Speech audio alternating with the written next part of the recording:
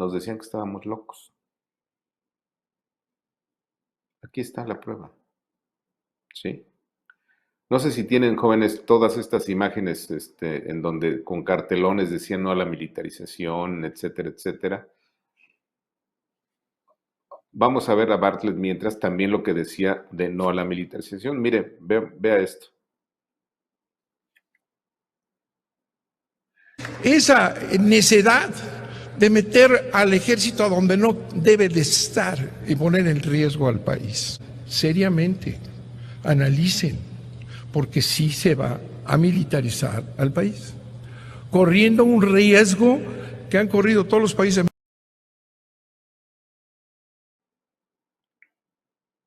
¿No? Yo creo que Bartlett estaba hablando de lo que venía con López Obrador, ¿no? Porque conoce bien a López Obrador. Viene el riesgo de la militarización. No manches, güey, lo adelantó Bartlett. Acuérdese, le voy a dar los próximos días porque regreso a escribir la columna El Tiempo hasta el jueves. No, el miércoles regresa, por cierto. Pasado mañana. Entonces ahí voy a hacer un recuento de lo que dijimos hace 6, 7 años, que hoy se está cumpliendo a pie juntillas, como decían antes. ¿Qué más? Mire, ahí está López Obrador con esta campaña de no a la militarización, ¿sí? Si quieren acercar un poco la imagen para ir una por una. López Obrador, no a la militarización del país con este cartelón. Luego Mario Delgado, no a la militarización del país. Luego Noroña y otros, no a la militarización del país. Aquí está el farsante del padre Solalinde, no a la militarización del país. El farsante Monero, velar por la no militarización, jueves 17 de febrero, 18 horas en el Zócalo de Puebla, ¿no? Sí, pues sí. Tatiana Cloutier, ¿no? No a la militarización, los dictadores han utilizado históricamente al ejército. Ups, ¿no? Y ahí está el idiota, director de cine, ¿cómo se llama, jóvenes, de la producción? Diego Luna, ¿sí? No a la militarización del país, y el idiota fue de los que promovió. Ahí está otra vez Mario Delgado, ahí está otra vez Noroña y otra vez el farsante del padre Solalinde. Bueno, estos y miles más engañaron a todos. Nos engañaron con el cuento, los engañaron con el cuento, y lo digo deliberadamente en ese tiempo verbal, los engañaron con el cuento de que no iban a militarizar al país, cuando los que conocemos de política y los que conocemos a López Obrador sabemos y sabíamos que la intención de López Obrador era esa, militarizar al país. Hoy lo está confirmando. Solo era cuestión de tiempo. Y bueno, ya vamos al tema, ¿verdad? No que no, la Guardia Nacional pasará completamente a la Secretaría de la Defensa. Este lunes, el loco de Palacio confirmó que sigue la militarización del país. Ahora, al informar que por decreto la Guardia Nacional dependerá del ejército mexicano, es decir, será un brazo operativo del ejército. Lo anterior contrario a todas las promesas antes de firmar o formar la Guardia Nacional, cuando se comprometió a que la lucha contra el crimen sería una lucha ciudadana. Les adelanto por lo mismo que ya por acuerdo de la presidencia pasa la seguridad que tiene que ver con la Guardia Nacional completa, ya pasa a la Sedena. Ya no quiero que se vaya pasando el tiempo, nos faltan cosas porque no quiero que se nos quede nada, entre más pronto mejor, ¿no? Como un buen dictador. Adelantándose a las críticas por la militarización, afirmó que los críticos están en contra de todo lo que beneficia al pueblo. Ajá, sí, güey. Nada más hay que ver las contradicciones, ¿no? Lo que decía antes López, lo que decían todos esta bola de farsantes y lo que dicen ahora y lo que hacen. Así como antes aprobaron todo para imponer el régimen de corrupción, los legisladores todo lo que perjudicaba al pueblo, lo que beneficiaba a las minorías, lo aprobaban. Ahora es contrario, todo lo que beneficia al pueblo lo rechazan. Esto dijo el loco López. Mire, vamos a ver las cosas en contexto. ¿Qué significa que López Obrador por decreto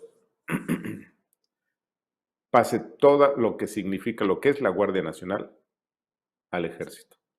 Está violando la Constitución. La Constitución dice, en su artículo, si mal no recuerdo, 21, que la Guardia Nacional es y debe ser y debe estar a cargo de mandos civiles. El propio López Obrador, cuando era candidato presidencial, prometió que regresaría a los militares a los cuarteles y que le encargaría el tema de la seguridad a una organización civil. No quiso que fuera la Policía Federal, la destruyó a la Policía Federal y en su lugar creó la Guardia Nacional. Bueno, una vez creada la Guardia Nacional, hoy destruye la Guardia Nacional y todos los efectivos de la Guardia Nacional, que son por ahí de 600,000, no, perdóname, 60,000, pasan a ser parte de los militares. Hoy tenemos un ejército de casi 200,000, con la Guardia Nacional sumada a la Sedena, de casi 200,000 militares. ¿Para qué quiere México 200,000 militares? Si no persiguen a los criminales, persiguen a los políticos disidentes, persiguen a los periodistas, persiguen a los defensores de la tierra, persiguen a los defensores de derechos humanos. Si matan a los periodistas, ¿para qué quiere un ejército de más de 200,000 militares? Los quiere para eso, para dar un golpe de Estado. Pasado mañana López Obrador va a decir, ¿saben qué? No me voy. Y a ver, háganle como quieran. Y entonces va a destruir al Congreso y a la Corte. Al INE y al Tribunal, esos ya están muertos. ¿Sí? Y va a instaurar una dictadura. La única esperanza de que esto lo impida alguien no está dentro de México, está fuera. Y es el norte. En Estados Unidos van a tener que reaccionar muy pronto para detener esto. ¿Usted cree si los norteamericanos no querían tan cerca un estado